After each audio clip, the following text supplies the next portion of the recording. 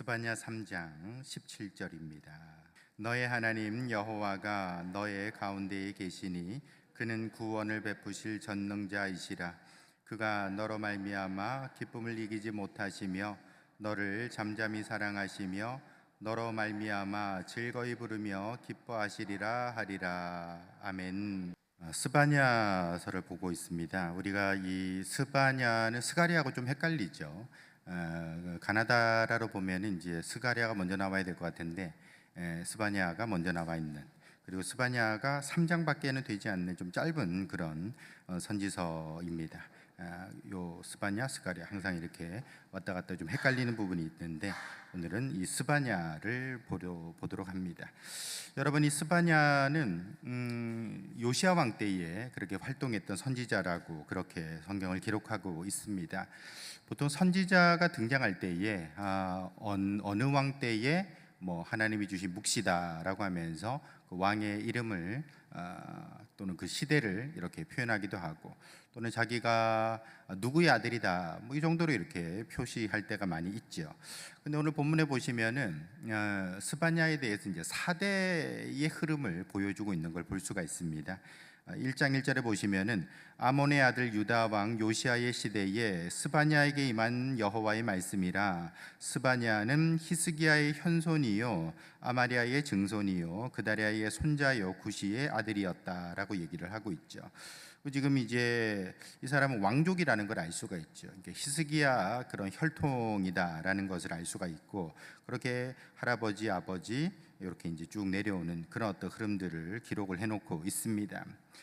그러니까 한마디로 말해서 이 사람은 이제 왕족이고, 그리고 요시야 왕 때에 하나님의 말씀을 선포했던 사람이다라고 그렇게 얘기를 하고 있습니다.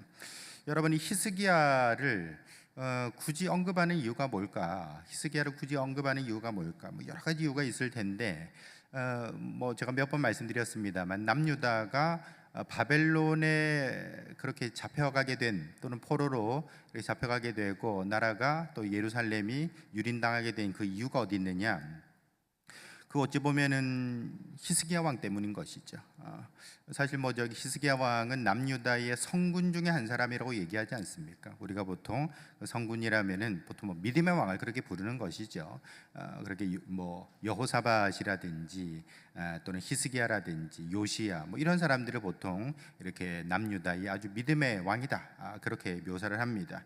더더군다나 히스기야나 요시야 같은 경우에는 이제 성전을 다시 청소를 하고 또는 수리도 하고 그렇게 유월자로 회복했던 사람들 아닙니까? 그렇기 때문에 참 귀한 일을 했다라고 여겨지지만, 사람이 언제나 그 빛이 있으면 또 그림자도 있게 마련이죠. 이 빛과 그림자가 있는데, 이 히스기야 같은 경우에는 이렇게 성전을 다시 이렇게 청소하고 유월자로 회복했던 왕이었으나, 그러나 이 사람의 어떤 행함 때문에 결국에는 바벨론으로 모든 보물들이 옮겨가고 사람도 옮겨가고 왕도 잡혀가는 그런 일이 일어나게 됐다라는 것이 있죠. 아시다시피 여러분, 히스기야 왕 같은 경우에는 이제 죽을 병에 들었습니다. 아수르 18만 5천 명은 멋지게 물리쳤는데, 기도로 물리쳤는데 죽을 병에 들게 되는 것이죠. 그때 하나님 앞에서 울면서 통곡하면서 기도를 했다 그랬어요. 여러분, 때에 하나님께서 그에게 15년의 생명을 연장해 주셨거든요. 얼마나 참 귀한 일입니까? 근데 그 당시에 남유다 비슷한 처지로 아수르 밑에서 이렇게 참 압제당하고 있던 바벨론이라는 나라가 있었습니다. 그 당시 바벨론은 작은 나라였어요. 신흥 국가죠. 그 바벨론에서 어떻게 아수르를 이겼대? 어떻게 병에서 고침받았대? 그래서 이제 사신을 보내게 됐던 것이죠. 근데 히스기야가 그 사신들에게 뭘 보여줍니까? 하나님 앞에서 기도했던 자리, 예배했던 자리, 눈물로 그렇게 하나님 앞에 엎드렸더니 하나님께서 원수들도 물리쳐 주시고 병자들도 고쳐 주셨습니다 라고 간증을 하면 좋았을 텐데 그러질 않았죠. 그렇게 뭐 무기창고 보여주고 그 다음에 보물창고 보여주면서 그 말인즉슨 뭡니까? 우리 만만한 나라 아닙니다. 우리 꽤 강한 나라입니다. 뭐 이런 걸 보여주고 싶었겠죠. 아무래도 이제 뭐 바벨론과는 어찌 보면 동맹 관계에 있는 상태인데, 그러니까 이제 뭐 약한 모습을 보이면은 좀 주도권을 뺏길까 뭐 이런 생각을 했던지, 어쨌든 이렇게 자신들의 인간적인 모습들, 강하고자 하는 모습을 보여줬다라는 것입니다. 그러니까 이사야 선지자가 이제 놀래가지고 뛰어오는 것이죠. 왕이시여, 뭘 보여줬습니까? 뭐 이거저거 다 보여줬습니까? 왕이시여, 그 본자들이 당신이 보여준 이 모든 것들을 다 수레에 담아서 갖고 갈 겁니다. 그리고 당신의 후손들도 다 데려갈 겁니다. 그렇게 얘기를 하는 것이죠. 여러분, 이것이 결국에는 바벨론에 의해서 남유다가 멸망당하리라는 예언이 되는 것이고, 결국에는 히스기야의 그 행위로부터 시작되어서 결국에는 이 모든 일들이 일어나게 됐다. 물론 여러분, 뭐 히스기야가 나쁜 놈이네, 뭐 돌 던지고 뭐 그렇게 하기보다는 이게 언제나 그렇습니다. 역사라는 것은 어떤 한 사람의 행위가 중요한 것처럼 보이지만, 또한 그런 행위가 일어나기까지 그 모든 배경, 흐름, 이런 것들이 있다라는 것이죠. 남유다라고 뭐 우상숭배 안 했습니까? 여러분, 결국 우리가 스바냐서를 읽어보면 나오겠지만 남유다가 결국에는 하나님 앞에 우상숭배했던 부분들이 분명히 있거든요.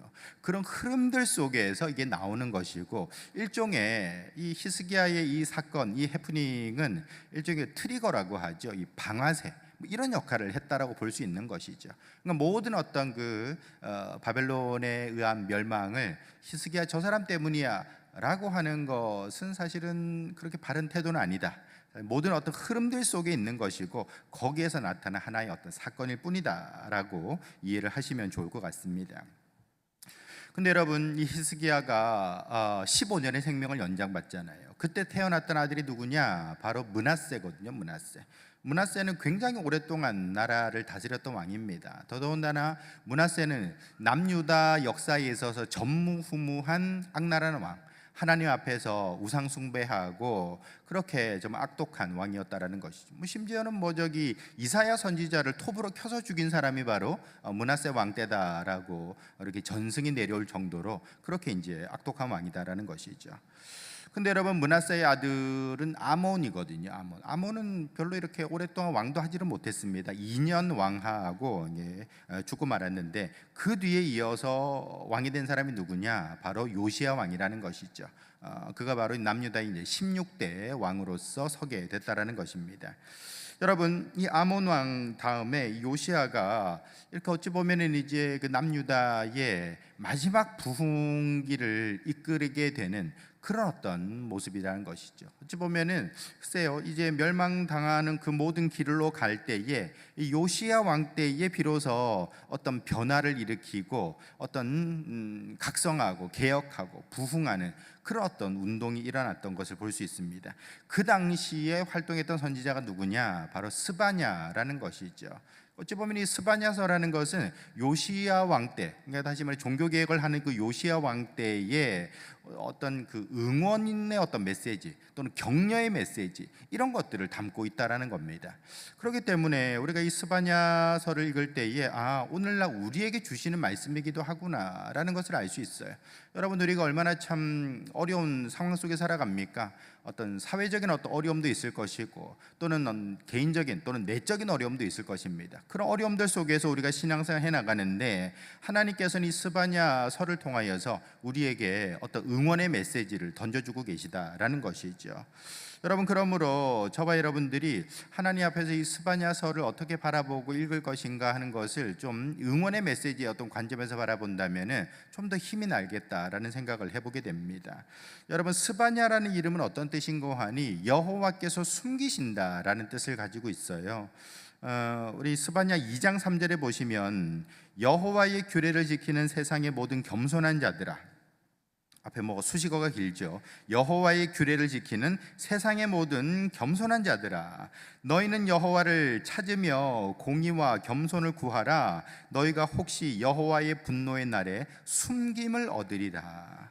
여러분, 여기서 여호와의 분노의 날, 이건 이제 여호와의 날 또는 심판의 날이라는 뜻인데요. 우리가 예언서에서 이제 여호와의 날이라고 나와 있는 건 거의 다 심판의 날을 말하는 것입니다. 하나님께서 진노하시는 날, 심판하시는 날, 그때에 숨김을 얻으리라. 여러분, 완전히 화살이 막 날아다닐 때 큰 바위 뒤에 숨어 있다면 안전할 수 있지 않습니까? 그게 바로 뭐냐? 스바냐라는 것입니다. 언제나 보면은 그 선지자의 이름이 메시지일 때가 많거든요. 그러니까 스바냐라는 말이 여호와께서 숨겨주신다라는 뜻을 가지고 있는데, 그것이 어찌 보면은 우리에게 주시는 메시지 그 자체가 되는 것이죠. 환난 때에 고난의 때에 하나님께서 우리를 숨겨주신다, 보호하신다라는 것입니다. 여러분, 그러므로 이 요시야 때에 이 말씀을 선포했다라는 것을 생각해 본다면은 그렇습니다. 여러분, 언제나 개혁이라는 것은요, 개혁이 읽는 사람 입장에서는 되게 속 시원한 것처럼 보이겠지만 그렇지 않습니다. 언제나 그 시대에 얼마나 많은 저항이 있겠어요. 얼마나 많은 이미 기득권의 자리를 잡은 사람들이 그 개혁에 대해서 저항하겠습니까? 아니, 우리는 다른 신들도 섬기고 싶은데 왜 여호와만 섬기라 그래? 왜 자꾸 이렇게 와서 예루살렘에 와서 이렇게 여호와께만 제사드리라 그래? 그렇게 불평하는 사람들도 많이 있었을 거라고요. 여러분, 그때에 이 요시야가 성전을 수리하고 또 율법대로 돌아가자라고 외치는 것 자체는 정말 어찌 보면 외로운 싸움일 수도 있는 것이죠. 근데 하나님께서는 어떻게 하신다? 믿는 자들, 또 믿음의 거룩한 백성들을 숨겨주신다, 보호하신다라는 것이죠. 그러므로 여러분, 우리가 이 여호와의 날, 이 심판의 날에 어떻게 하면 보호받을 수 있는가, 어떻게 하면 우리가 다시 한번 일어설 수 있는가 하는 것을 오늘 말씀을 통해서 살펴보시면서 하나님께서 우리에게 주시는 이 응원의 메시지를 통해서 우리가 다시 한번 믿음으로 일어서는 그런 성도들 될 수 있기를 예수님의 이름으로 축원합니다. 첫 번째, 이 스바냐가 우리에게 주시는 메시지가 있어요. 그게 뭐냐면은 혼합주의를 버려라, 혼합주의를 버려라 라는 것입니다. 1장 5절 한번 보실까요? 또 지붕에서 하늘의 무별에게 경배하는 자들과 경배하며 여호와께 맹세하면서 말감을 가르쳐 맹세하는 자들과 또 여호와를 배반하고 따르지 아니한 자들과 여호와를 찾지도 아니하며 구하지도 아니한 자들을 멸절하리라 라고 했습니다. 쉽게 말해서 여기서 말하는 것들은 우상 숭배하는 자들, 그런 사람들을 다 멸하리라. 그게 뭐냐? 여호와의 날이라는 거예요. 여호와의 날, 이것은 바로 심판의 날을 말하는 것인데 하나님께서 우상 숭배하는 자들을 다 몽땅 심판하겠다라고 말씀을 하고 있죠. 여기 보면은 별한테 비는 사람도 있겠죠. 우리도 옛날에 이렇게 치성을 드린다라고 그렇게 표현을 하잖아요. 그다음에 또 여호와께도 맹세를 한다라는 거예요. 이게 중요한 겁니다. 여러분, 언제나 그렇습니다.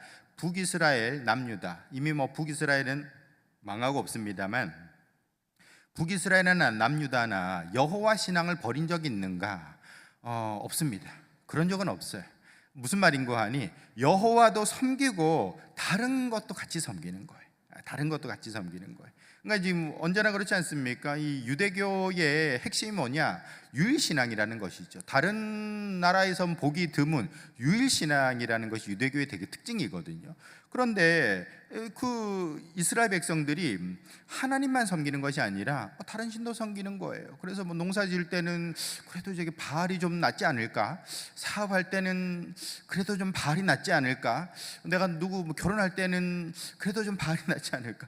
주로 바알이긴 합니다만 그 바알뿐만 아니라 여기 말감이라든지 이런 존재들, 사실 말감이라고 나오지만 다 바알입니다. 이게 이제 나라마다 지역마다 부르는 용어가 다른 것이지 보면은 거의 같은 비슷한 그런 전설들 또는 탄생 신화 이런 것들을 가지고 있는 그런 바알 신앙이라는 것이죠. 여러분, 이렇게 하나님도 섬기고 바알도 섬기고 하나님도 섬기고 아세라도 섬기고 바알하고 아세라하고 결혼시켰다가 언제는 여호와하고 아세라하고 결혼시키는 그런 것들도 있거든요. 그런 어떤 유적들도 막 나오거든요. 그만큼 이렇게 혼합주의가 있었다. 이것이 바로 남유다의 문제였다라는 것을 알 수가 있습니다. 여러분, 그러므로 하나님께서는 이 혼합주의를 아주 싫어하시죠. 심지어는 모세오경에 보시면은 그 옷도 혼방에서 입지 말라고 돼 있거든요. 우리 혼방 잘 입지 않습니까? 면하고 폴리에스테르 이거 섞어가지고 하지만 유대 율법에는요 이 옷도 이실 저실 해가지고 섞어가지고 그렇게 하지 말라고 그렇게 얘기를 하고 있어요. 심지어는 야, 너희들 밭 갈 때 소하고 나귀하고 같이 결이 삼아가지고 이렇게 밭을 갈지 마라. 소면 소로 갈든지 나귀면 나귀로 갈든지 해야지. 나는 우리 집에는 소 한 마리 나귀 한 마리밖에 없으니까 보통 이렇게 쟁기를 한 결이로 하잖아요. 결이라는 건 두 마리를 말하는 겁니다. 그렇게 쌍으로 이렇게 세트로 해가지고 이렇게 하는데 소, 나귀 이렇게 해가지고 그렇게도 갈지 말라고 하고 있어요. 그래서 여러분 우스갯소리로 나오는 게 하나님이 제일 싫어하시는 음식이 뭐냐? 하나님이 어떤 음식을 제일 싫어하시냐? 비빔밥을 제일 싫어하신다, 뭐 그런 말도 있지 않습니까? 섞는 걸 별로 안 좋아하신다. 다시 말해서 혼합주의를 하나님께서 경계하신다라는 겁니다. 물론 뭐 옷을 옷감을 실 섞어 짰다 그래가지고 무슨 문제가 생기겠습니까? 아니 뭐 소나 낙이나 그 같이 동무 삼아 가지고 이렇게 할 수도 있는 것이지요. 근데 거기에 깃들어 있는 어떤 하나님의 경계라고 할까요? 어떤 경고가 뭐냐? 다시 말해서 혼합주의를 버려라. 너희들은 섞이면 안 된다. 하나님 신앙만으로 가야 되는 것이지 이것저것 섞어가지고 이것도 좋네, 저것도 괜찮네, 이렇게 해서 잡탕으로 만들지 마라 라는 것이 하나님께서 이스라엘 백성들에게 애초에 율법으로 주셨던 말씀이다라는 것이죠. 그러므로 여러분, 이런 혼합주의를 우리가 철저하게 좀 배격을 해야 된다라는 것입니다. 물론 여러분, 이 말씀을 읽을 때에 우리 안에 그럼 혼합주의라는 게 뭘까?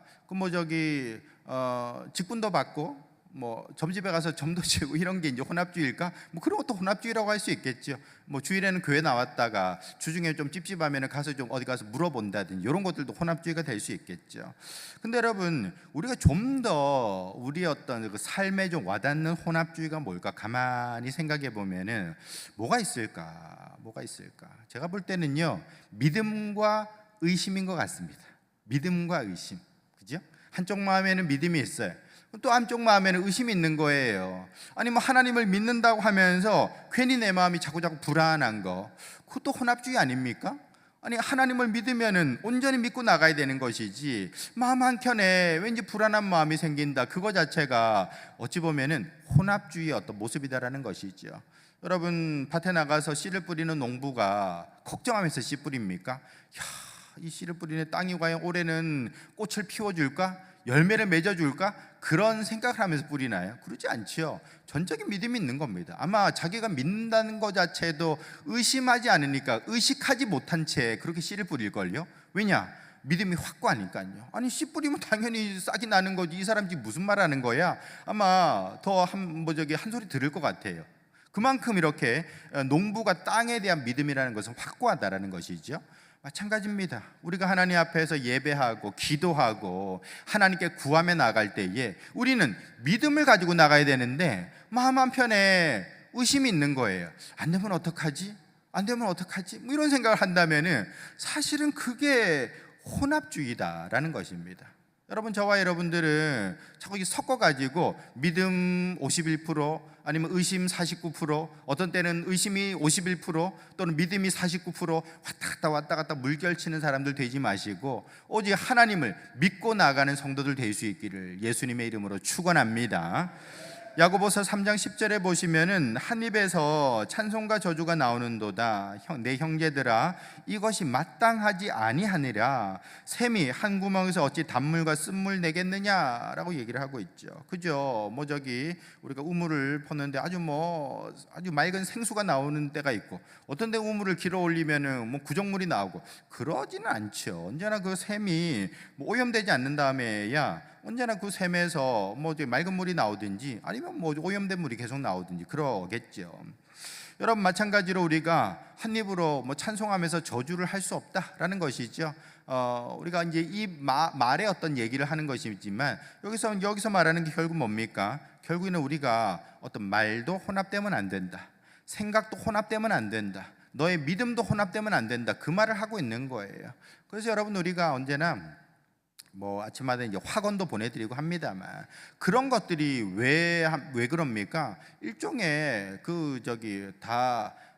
학원으로 그냥 덮어버리라는 것이죠. 내가 불평의 말이 나오려고 하고 부정적인 말이 나오려고 하고 부정적인 생각이 들어오려고 할 때에 그때에 언제나 하나님 앞에서 믿음의 말을 선포하고 학원을 선포하면서 덮어버려라. 우리는 일심으로 가야 된다, 한 마음으로 가야 된다라는 것을 말하고 있는 거예요. 여러분, 언제나 그렇지 않습니까? 우리가 개모임을 하나 해봐도요, 이 사람은 이 소리하고 저 사람은 저 소리하고 하면은 별로 이렇게 개모임 잘 안 될 겁니다. 누군 산에 가자 그러고 누구는 바다 가자 그러면은 이게 되겠습니까? 결국에는 한 마음으로 뜻이 모아져야 어디나 잘 되는 것처럼 결국엔 내 삶이라는 어떤 이 조직체도 결국에는 같은 말을 해야 되는 것이지, 찬송하는 말, 믿음의 말 했다가 돌아서서는 부정적인 말 안 된다 그러면은 이거는 떡도 밥도 아니다라는 것이죠. 그 말을 하고 있는 것입니다. 야고보가 또 얘기를 하죠. 야고보서 1장 6절에 보시면은 오직 믿음으로 구하고 조금도 의심하지 말라. 의심하는 자는 마치 바람에 밀려 요동하는 바다 물결 같으니 이런 사람은 무엇이든지 주께 얻기를 생각하지 말라. 두 마음을 품어 모든 일에 정함이 없는 자로다라고 얘기를 하고 있죠. 여러분, 무슨 말입니까? 결국에는 우리가 두 마음을 품지 말라라는 것입니다. 두 마음이라는 게 뭘까요? 하나는 하나님을 바라보는 마음, 하나는 세상적인 내가 경험이 있잖아요. 계산을 다 두드려 봤을 것 아닙니까? 야, 이 정도 되면 이 정도 할 것 같아. 자기 어떤 경험치를 가지고 얘기하는 어떤 부정적인 생각들. 하나는 믿음의 마음을 가지고서 뭐 꿈과 비전 어쩌고저쩌고 얘기하는데 여기서는 막 계산기 두드리면서 야, 좀 어려울 것 같아, 힘들 것 같아, 그렇게 말하는 것, 이거 자체가 결국에는 그게 바로 우상숭배다, 그게 바로 혼합주의다라고 얘기를 하고 있다라는 것입니다. 여러분, 요시야 시대는 어떤 시대냐? 이 종교개혁 시대거든요. 요시야가, 이 사람이 8살에 왕이 되고요. 그 사람이 이제 18년이 지난 뒤에 이제 26세 때 성전 수리를 하게 됩니다. 성전 수리하다가 두루마리를 발견해요.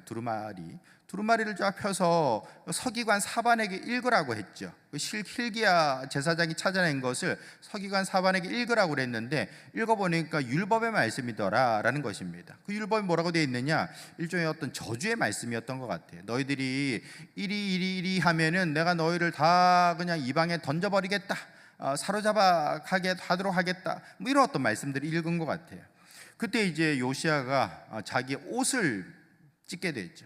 이것은 어떤 비통함의 표현이거든요. 그러면서 우리가 망하는 길로 가고 있었구나라고 깨닫게 되고, 그러면서 돌이켜서 종교개혁을 실시를 하게 되는 것입니다. 그게 바로 요시야의 종교개혁, 그 마지막 때의 어떤 하나님께로 돌아오는 그런 모습들이라는 것이죠.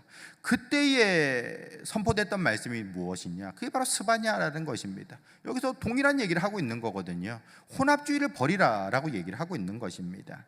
그러므로 저와 여러분들도 내가 가지고 있는 혼합주의라는 게 뭘까? 신본주의, 한쪽에는 신본주의, 하나님 중심이 있고요, 한쪽에는 인본주의, 인간적인 어떤 생각들이 지배하고 있다면 이거 자체가 혼합주의다라는 것입니다. 저와 여러분들은 오직 믿음으로 일어서는 성도들 될 수 있기를 축원합니다. 여러분, 우리가 믿음의 사람, 오직 믿음으로 살았던 사람이 누굴까? 제가 가만히 생각해 보니까 사실 우리 교회에서는 좀 저평가된 사람들이 있는데 그 누구냐면은 제가 볼 때는 요셉과 마리아인 것 같아요. 예수님의 어머니 아버지 말입니다. 사실 여러분, 요셉과 마리아 같은 경우에는 엄청난 믿음의 사람이죠. 갑자기 처녀가 애를 가졌다 그러고 내가 결혼할 사람이 배가 불러온다라고 얘기 들을 때에 야, 이 결혼 안 되겠다고 끊으려고 그랬는데 다 요셉도 그렇고 마리아도 그렇고 천사의 그런 어떤 계시를 받게 되지 않습니까? 그때 이제 마리아는 주의 여종이오니 주님 뜻대로 저는 순종하겠습니다, 따라 나가게 되는 것이고, 또 이렇게 결혼을 이제 끝내려고 했던 요셉에게도 하나님 천사가 와서 말씀을 주시고 그렇게 이제 아이를 이제 끝까지 지키도록 그렇게 했던 것이죠. 사실 여러분, 두 사람만 결심하면 되는 일인가? 그러지 않죠. 당연히 집안이 걸린 문제고 주변 사람들이 얼마나 숙덕하겠습니까? 굉장히 힘든 상황이었죠. 그럼에도 불구하고 마리아와 요셉은 믿음을 저버리지 않았다라는 것입니다. 사실 생각건데 내가 헛걸 봤나? 내가 헛걸 들었나? 그런 생각을 충분히 할 수 있는데도 불구하고 요셉과 마리아는 그렇게 하나님 앞에서 정말 이 아이가 메시아다, 이 아이가 구원자다라는 그런 어떤 믿음을 포기하지 않고 끝까지 지키고 나갔다라는 것이죠. 여러분, 이걸 보면서 우리가 다시 한번 깨닫게 되는 게 무엇이냐? 믿음이란 게 무엇냐? 믿음은 에무나다라는 것이죠. 에무나, 이 히브리어로 에무나라고 하지요. 뭡니까? 제가 여러 번 말씀드렸습니다만 버티는 것을 말하는 것입니다. 이미지로 본다면 마치 벼랑 끝에 내가 그냥 한 팔로 또는 줄 하나 딱 잡고서 이렇게 대롱대로 매달려 있는 이런 상황, 요거 놓으면 나 떨어지는 거예요. 버텨야 돼요. 이게 바로 에무나, 바로 믿음이라는 것입니다. 믿음이라는 것은 주변에서 욕하고 빈정거리고 손가락질하고 비웃는 그런 상황 속에서도 하나님 바라보고 보이지도 않는 그 하나님 바라보고 나아가는, 그것이 바로 믿음이다라는 것이죠. 그런 모습을 바로 요셉과 마리아가 보여줬던 것이죠. 여러분, 저와 여러분들도 어떤 믿음을 가져야 되는가? 교회 와서는 믿음이 올라가요. 그래서 51%가 돼. 그리고 나머지 이제 여기 이제 41% 되니까 마치 없는 것처럼 보이는데, 또 월요일부터 또 세상 나가면은 이게 의심하는 마음 또는 세상적인 생각이 51%가 돼버려 가지고 믿음이 자꾸 흔들흔들해지는 그런 상황이 있다면은 안 되는 것이지요. 저와 여러분들은 언제나 믿음을 지키면서 믿음만을 바라보면서 그렇게 나아가는 성도들 되어서 혼합주의를 버리고 하나님의 온전한 자녀로 살아갈 수 있기를 예수님의 이름으로 축원합니다. 두 번째, 스바냐가 우리에게 전해주는 메시지가 있습니다. 그게 뭐냐면 수치심으로 일어서라 라는 것입니다. 수치심으로 일어서라. 여러분, 이 조사를 잘 들으셔야 됩니다. 수치심으로 일어서라, 수치심을 통해서 일어서라고 제가 말씀을 드리고 있어요. 여러분, 2장 1절에 보시면 수치를 모르는 백성아 모일지어다 모일지어다, 명령이 시행되어 날이 겨같이 지나가기 전에 여호와의 진노가 너희에게 내리기 전, 여호와의 분노의 날이 너희에게 이르기 전에 그리할지어다 라고 얘기를 하고 있습니다. 여러분, 여기 보시면은 겨같이 지나간다, 진노가 내린다, 분노의 날이 임한다, 이런 말들을 하고 있죠. 그 전에 뭐 하라는 겁니까? 수치를 모르는 백성들아 모여라 라고 얘기를 하고 있다는 것입니다. 여러분, 어디로 모일까요? 당연히 하나님 앞에 모이는 것이죠. 말씀 앞에 모이는 겁니다. 근데 우리가 말씀을 읽게 되면 어떤 마음이 들게 되는가? 수치심이 올라오게 된다는 것이죠. 여러분, 언제나 율법의 어떤 그 효용이라고 할까요? 역할이 뭐냐? 우리를 수치 주는 것 같아요. 그렇지 않습니까? 우리 뭐 저기 십계명도 있는 것이고 또 모세율법도 있는 것이고, 그밖에 뭐 여러 성경 말씀들 곳곳에 보면은 우리의 어떤 도덕, 윤리 또는 양심을 자극하는 말씀도 있잖아요. 왜 남의 거 빼앗냐? 왜 저기 너만 독점하냐? 뭐 이런 얘기들을 하고 있단 말입니다. 왜 너 저기 밑에 있는 사람들 임금을 왜 떼먹냐? 뭐 이런 얘기도 있어요. 여러 가지 어떤 우리의 어떤 마음 또는 양심을 자극하는 얘기들이 분명히 나온다라는 겁니다. 그런 말씀을 들을 때 우리는 어떤 마음이 들까요? 수치심이 들게 되는 것이죠. 그래서 어떤 사람들은 교회에 나와서 설교 들으면서 뭐 그게 불편하다라고 생각하는 사람도 있어요. 왜냐? 성경 말씀은 언제나 우리의 마음, 양심을 자극하기 때문에 그렇다라는 겁니다. 수치심을 줘요. 그렇게 우리가 그 앞에 자꾸 쓰다 보면은 내가 부끄러워진다, 작아진다, 왜 자꾸 우리 보고 죄인이라 그러냐, 뭐 이런 얘기를 하게 되는 것이죠. 근데 여러분, 성경은 그렇습니다. 우리에게 수치를 주죠. 근데 여러분, 이 수치를 받아들이고 그 수치심에서 일어설 때에 그 사람은 이전과는 다른 사람이 되는 것이죠. 그 사람은 변화된 사람, 거듭난 사람이 될 수 있다라는 것입니다.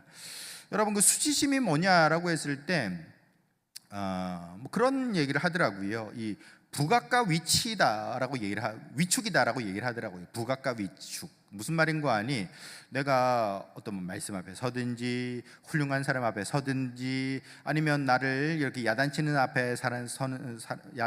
사람 앞에 서든지 우리가 서게 되면 위축이 되잖아요. 위축된 내 모습이 있을 것 아닙니까? 근데 그 상태에 이게 어떻게 된다? 부각이 된다, 드러난다. 그러면은 아주 내가 불편해지게 되는 것이죠. 가령 내가 어떤 이 앞에 나와가지고 메달을 받고 상을 받는다면 이 사람은 부각된 사람이죠. 드러난 사람 아닙니까? 근데 좋은 것으로 드러났잖아요. 그럴 때는 아주 자부심을 느끼게 됩니다. 근데 우리나라에는 뭐 잘 없지만 있나? 잘 없는 것 같은데 있는 것 같기도 하고 잘 모르겠습니다. 어제 자아 비판 같은 거 있지 않습니까? 야, 너 나와서 네가 잘못한 거 한번 읊어봐 해가지고 이렇게 완전히 뭐 조리돌림을 한다, 아니면 인터넷상에서 조리돌림을 한다. 그러면 이 사람 완전히 부각되는 사람인데 근데 위축된 거잖아요. 한마디로 말해서 자기 어떤 부끄러운 죄 이런 것들이 부각돼 버리게 되면은 이 차이가 결국 그 사람의 수치심을 보여준다라는 것이죠. 쉽게 말해서 여러분, 아무도 없는 곳에서 쫄라덩 미끄러지면은 아프지만 수치스럽진 않죠. 아무도 안 봤으니까 부각되진 않았잖아요. 근데 쫄라덩 미끄러졌는데 모든 사람들이 다 보고 있는 데서 미끄러졌어. 그러면 여러분, 이것은 부각돼 버린 거잖아요. 나의 실패가 부각돼 버린 것이기 때문에 그 수치심의 크기가 훨씬 커져버리게 된다라는 것이죠. 여러분, 지금 스바냐가 얘기하는 게 뭐냐면은 이 수치를 모르는 백성들아 나와라. 이 사람들이 왜 수치를 모를까요? 말씀 앞에 서본 적이 없으니까. 하나님 앞에 서본 적이 없으니까. 말씀 앞에 자기를 세워가지고 자신을 조명한다 그러죠.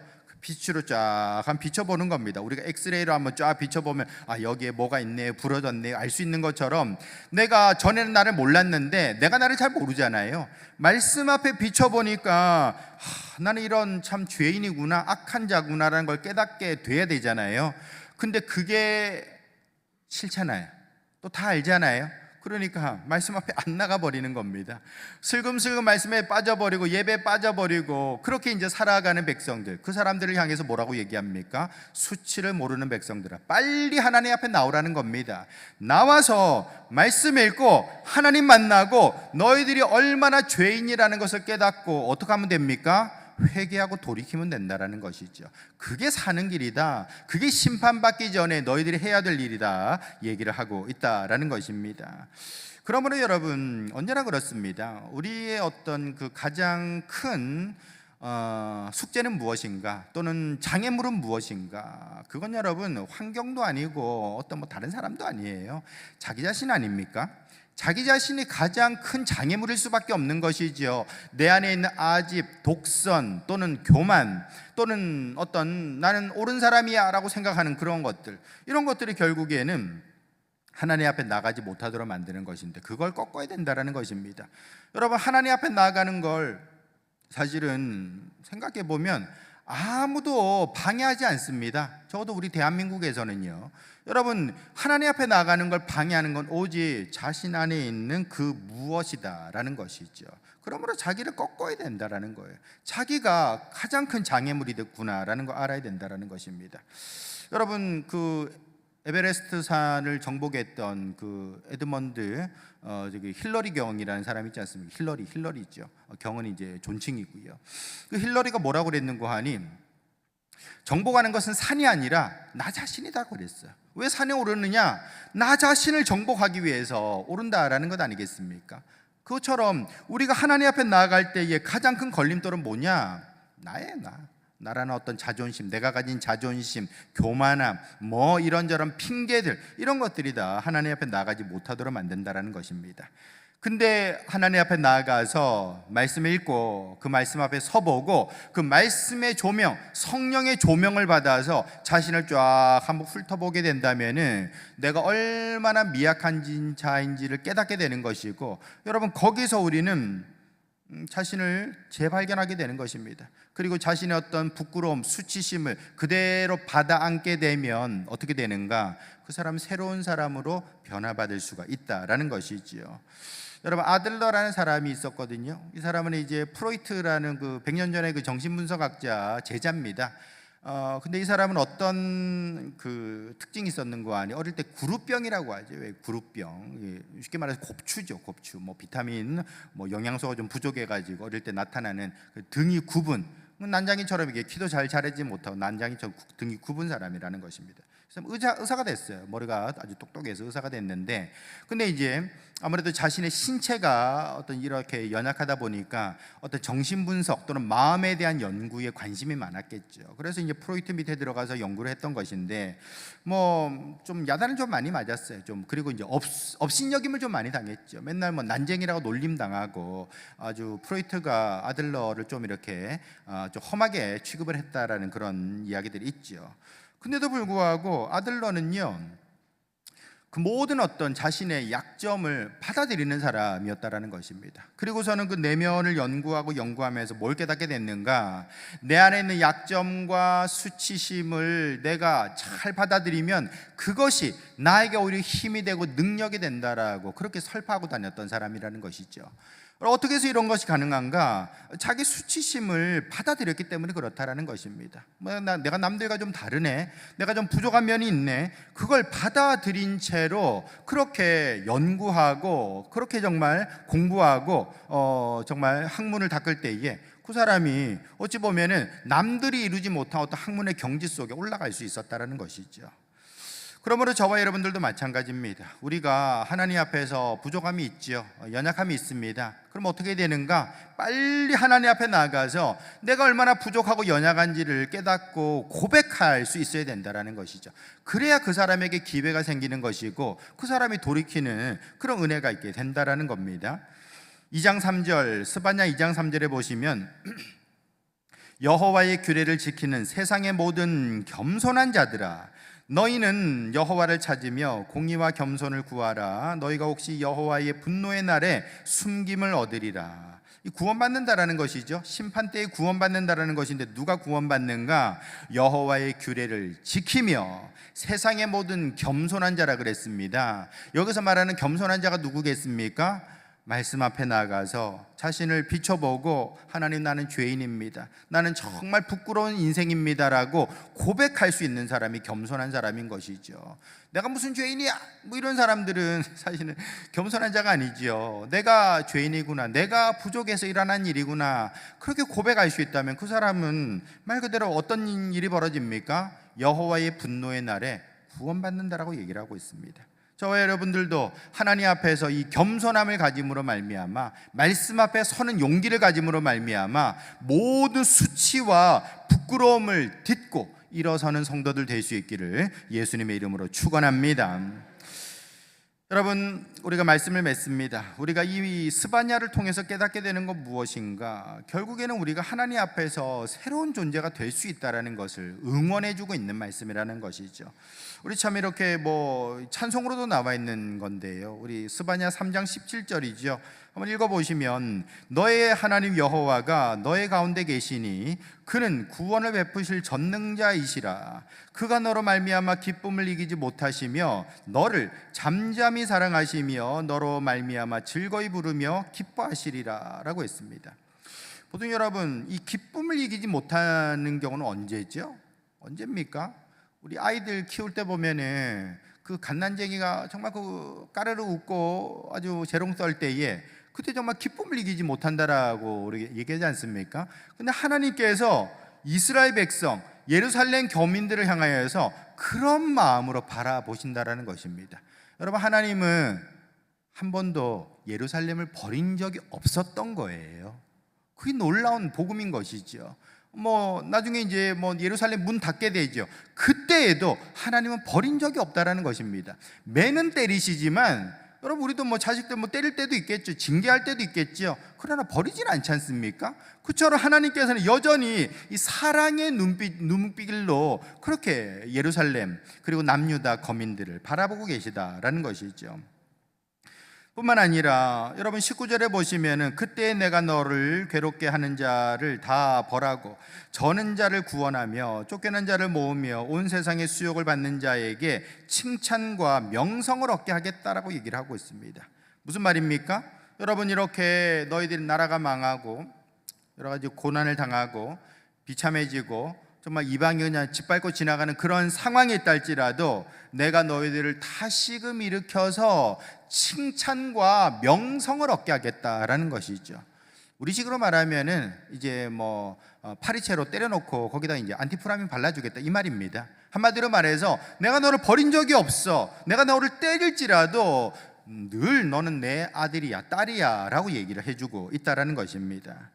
여러분, 이것이 우리에게는 엄청난 복음이 되는 것입니다. 무슨 말입니까? 신분은 변하지 않는다. 신분은 변하지 않는다. 관계는 끊어지지 않는다라는 것입니다. 하나님이 나의 아버지 되시고 나는 주의 자녀라는 이 관계성 끊어지지 않는다라는 것이죠. 이것이 우리에게는 복음이거든요. 아멘은 적게 했지만 아멘은 적게 했지만 이것이 우리의 복음이죠. 여러분, 우리 아버지가 누구냐, 거기서 사실은 게임이 끝난 거 아닌가요? 아버지 통장을 안 받구나, 그죠? 아버지 통장이 얼마 들었는지 모르니까 그냥 시큰둥해가지고 이럴 수 있는 거죠. 근데 여러분, 다른 누구도 아니고 하나님이 나를 사랑하시고 하나님이 나의 주가 되시고 그 하나님이 나의 아버지가 되신다라는 것은 엄청난 복음이라는 것입니다. 이 세상을 살아가면서 우리가 좀 넘어지고 피폐하고 뭐 실패하고 여러 가지로 참 어려움을 당할 때도 있죠. 근데 모든 좋은 것이 하늘로부터 내려온다는 것 아니겠습니까? 하나님으로부터 공급된다라는 거예요. 그러면 세상에서 좀 손해 당했을 때에 여러분 하나님의 갚아주심을 바라볼 수 있기를 축원합니다. 세상에서 좀 얻어맞았을 때에 하나님께서 약 발라주심을 바라볼 수 있기를 축원합니다. 세상 가운데 외롭고 공허하고 그런 어떤 슬픈 마음이 들 때에 하늘로부터 위로받는 성도들 될 수 있기를 축원합니다. 여러분 그것이 바로 스바냐가 우리에게 주는 응원의 메시지라는 것입니다. 얘들아 하나님이 계셔, 하나님이 너와 함께 하셔, 그 말씀을 하고 있다는 것입니다. 너희들에게 칭찬과 명성을 주시는 하나님이셔 라고 얘기를 하고 있습니다. 여러분들 어떤 칭찬과 명성을 얻기를 원하십니까? 구하시면 되는 것이죠.